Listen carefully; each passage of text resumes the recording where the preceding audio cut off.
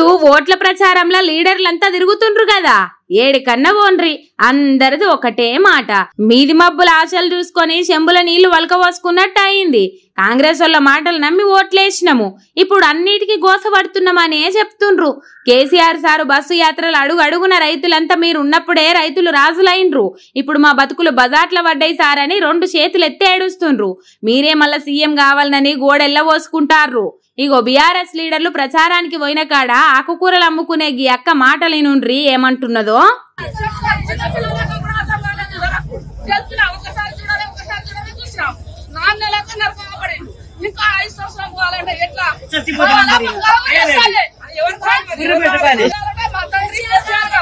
నాలుగు నెలలకే నరక యాతన అనుభవిస్తున్నాం, ఇంకా 5 సంవత్సరాలు పోవాలనంటే ఎట్లా?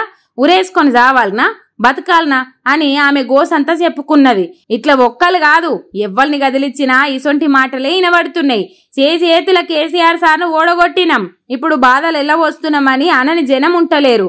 గిసొంటి మాటలు చాలు కేసీఆర్ సార్ అంటే ఏందో చెప్పేదందుకు.